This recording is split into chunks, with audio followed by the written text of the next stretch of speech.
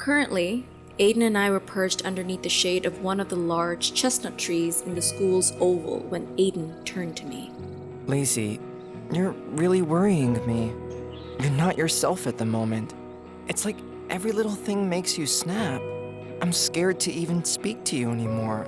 I feel like... I planted my finger onto his lips, effectively silencing him. I reeled into a sitting position and wrapped my arms around his neck. I'm sorry. I'm struggling with my anger issues at the moment, but I don't mean to take it out on you.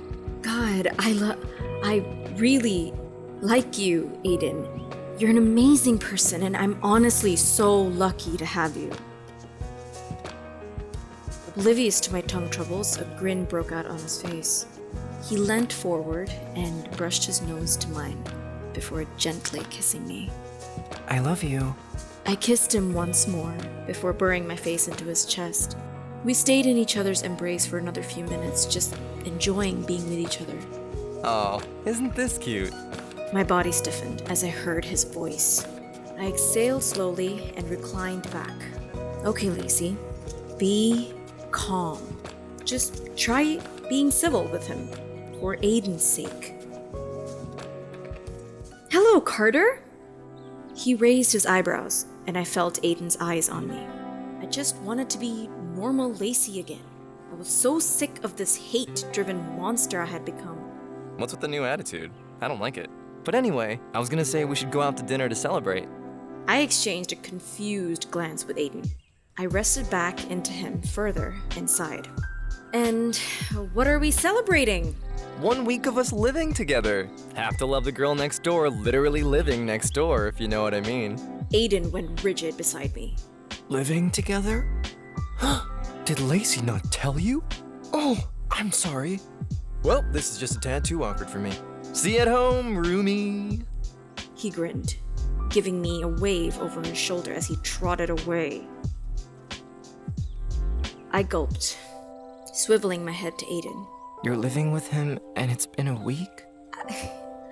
I wanted to tell you, but I didn't, and then I just avoided it, and I don't know. I didn't want to say it out loud. You know you can tell me anything. You had so many opportunities, and you didn't even try. I know, I should have told you. That you were staying with your ex-best friend / boyfriend of 16 years who you still secretly care about? Yeah, you should have. You know what? I'm going to go. I'll talk to you later. I watched Aiden walk away from me. I leaned back onto the tree, suddenly feeling exhausted. Carter had managed to destroy the only relationship I cared about at the moment. Awesome. I clambered to my feet and took off towards home. I stayed in bed for about 2 hours before I was rudely interrupted by none other than Carter, who was standing in the doorway completely dressed up. We have dinner, remember? Right. Can't we just order in? No, there's literally no food in the house. Plus, going out will get your mind off of things. Well, my mind wouldn't be on anything if it wasn't for you anyway. So why would I want to spend the evening with you to get my mind away from thinking about the mess you caused? I actually only told the truth, which you should have done in the first place. You can't actually be mad at me for that? You didn't think he was gonna realize eventually? He brought up some valid points, but that still didn't make the whole situation okay. As if on cue, my stomach growled. I was actually pretty hungry. I sighed, rubbing my eyes. Fine. Now, let a girl get dressed. The idea of getting out of the house was actually appealing. It made me feel better already. Although I was still annoyed at Carter, I wanted to impress him. I grabbed one of my nice black dresses, and my hands paused when my fingers scooped up the diamond ring Carter bought for me for my 16th birthday. It was still breathtaking, and the most beautiful ring I had ever seen. A small smile crept onto my face. My 16th birthday had been the best day of my life. It was well spent with family, best friends, and at the time, the most amazing boyfriend I could ever ask for. The day after, however, was the day that my perfect world crumbled all around me. I still hadn't picked up the pieces. After making sure I was presentable, I wandered out to the lounge room where Carter was lazily sprawled out.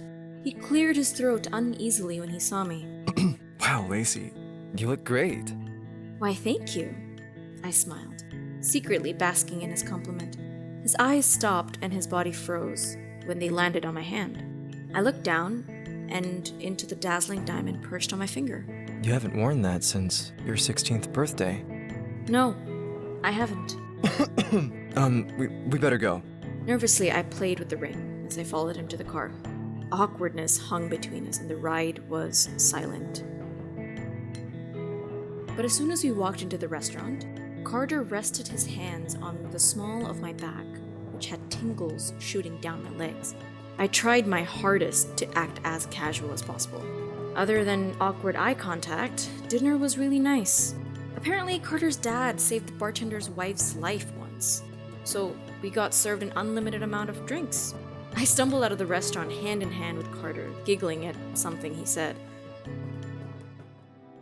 You can't drive. You'll die. Like you would care.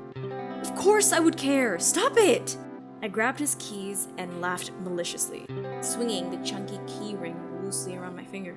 Give them back. Gotta take them from me first, I taunted when Carter wrapped his arms around me and I felt the oxygen leave my lungs. Without thinking, I wrapped my arms around him as tight as I could.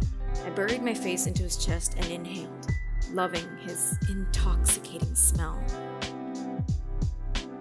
Are you okay? He gently pressed me against the side of the car and cupped my face into his palms. He leant down, his lips inches towards mine, and I pulled away immediately, the warning alarms inside my head on full alert. It was wrong. Sure, I slept next to Carter, but I couldn't do this to Aiden. Not after everything else I've already put him through. I'll call a taxi. Although we didn't speak a word with each other on the way home, we didn't need to.